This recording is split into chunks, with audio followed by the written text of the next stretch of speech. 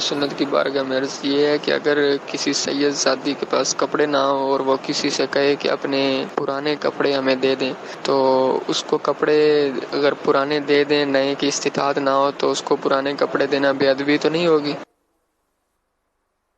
جائز تو ہو جائے گا، کوئی حرج نہیں ہے دینے میں، تاہم یہ کہ وہ ضمیر کی بات ہے کہ آدمی سوچے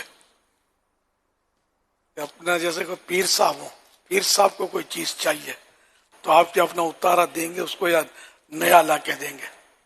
مثال دی میں نے، تو پیر سارے پیر ایک طرف، انہیں ان مانو کر رسول اللہ صلی اللہ علیہ وسلم کا بیٹا ایک طرف ہے نا، تو یوں سید زادوں کی اپنی مطلب اہمیت ہے. اور اسی طرح علماء جو ہے نا، یہ ہمیشہ یاد رکھے گا کہ عالم دین جو ہے نا وہ غیر عالم سید سے افضل ہوتا ہے.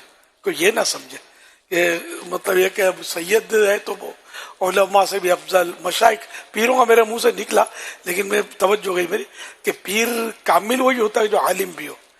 عالم نہیں ہے تو پیر بن ہی نہیں سکتا، اس کا مرید ہونا ہی جائز نہیں ہے. تو 4 شرطیں ہیں پیر کی.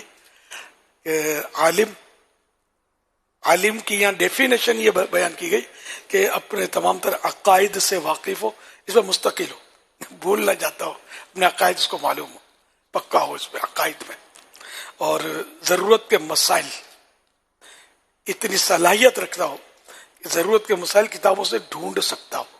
یہ الگ بات ہے کسی کو بولتے نکال دو، لیکن خود صلاحیت رکھتا ہو کہ یہ ڈھونڈ لے. یہ عالم کی ڈیفینیشن ہے. سند کوئی چیز نہیں، اعلیٰ حضرت فرماتے ہیں علم ہونا چاہیے. اب درس نظامی کر لیا، مولوی فاضل ہو گیا، بہت کچھ کر لیا، آگے بڑھ گیا، لیکن یہ شرائط اگر پوری نہیں ہے نا جو میں نے عرض کی تو وہ عالم نہیں ہے. عالم کی ڈیفینیشن یہ ہے.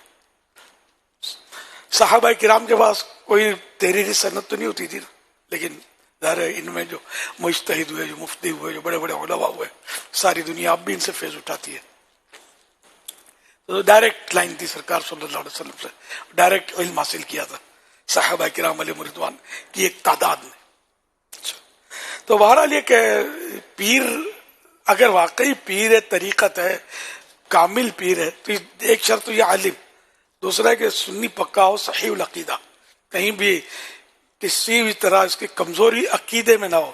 مطلب کسی صحابی پر تنقید کرتا ہے معاذ اللہ تو وہ پیر بنانے کے قابل نہیں، مرید بنانے کے بھی قابل نہیں ہے، کسی کام کا نہیں ہے. پورا عقیدے میں ٹنا ٹن سنی والا. حضرت نے جو لکھا ہے کہ صحیح العقیدہ سنی ہو. اچھا، ایک یہ 2 شرطیں ہوئی. ایک تیسری شرط یہ، اب شرط کے نمبر آگے پیچھے ہوئے. تیسری شرط یہ کہ اس کا سلسلہ طریقت میں، اولاد میں نہیں. سید ہونا شرط نہیں پیر کے لیے، اولاد میں نہیں بلکہ طریقت میں، اس کا مرید، اس کا مرید، اس کا مرید ہو کے چلتے ہوئے سرکار صلی اللہ علیہ وسلم سے اس کا سلسلہ جا ملتا ہو. اگر کہیں بھی بیچ میں کٹ گئی لائن تو اب یہ پیر نہیں بن سکتا، اس کا مرید ہونا بھی جائز نہیں ہے. چوتھا یہ کہ فاسق معلن نہ ہو، علل اعلان کبیرہ گناہ نہ کرتا ہو، یا پھر کہ علل اعلان چھوٹے گناہ پر اصرار نہ کرتا ہو، بار بار نہ کرتا ہوں یوں سمجھ لو. تو یہ 4 شرطوں میں ایک شرط بھی کم ہوگی تو پیر بن ہی نہیں سکتا. اس کو پیر ہمارا بیعت کرنا اسے جائز نہیں ہوگا. پتہ چل گیا تو بیعت توڑنی ہے اسے، یہ خود ہی ڈوبا ہوا ہم کو بھی لے ڈوبے گا. ظاہر ہے کہ پیر تو وہ نا کہ جو خود باعمل ہوگا تو ہم باعمل بنائے گا نا. خود ہی اگر مطلب گالیاں بکتا ہوگا، بے پردہ عورتوں کو جرمن میں بیٹھ کے ہاتھ چمواتا ہوگا، ہم یہاں یہ کیا مطلب ہے کہ شرم حیا کی تعلیم دے گا اور کیا امت کی رہنمائی کرے گا؟ یا گناہ کرتا ہو، بیٹھے بیٹھے نمازیں قضا کر دیتا ہو، جماعتیں چھوڑ دیتا ہو بلا اجازت شرعی، گالیاں بکتا ہو، جیسے بعض جگہ اس طرح کا بھی سنا جاتا ہے، اللہ بہتر جانے. تو پیر وہ کہ جس کو مطلب جس سے ہمیں رہنمائی آخرت کی حاصل ہو.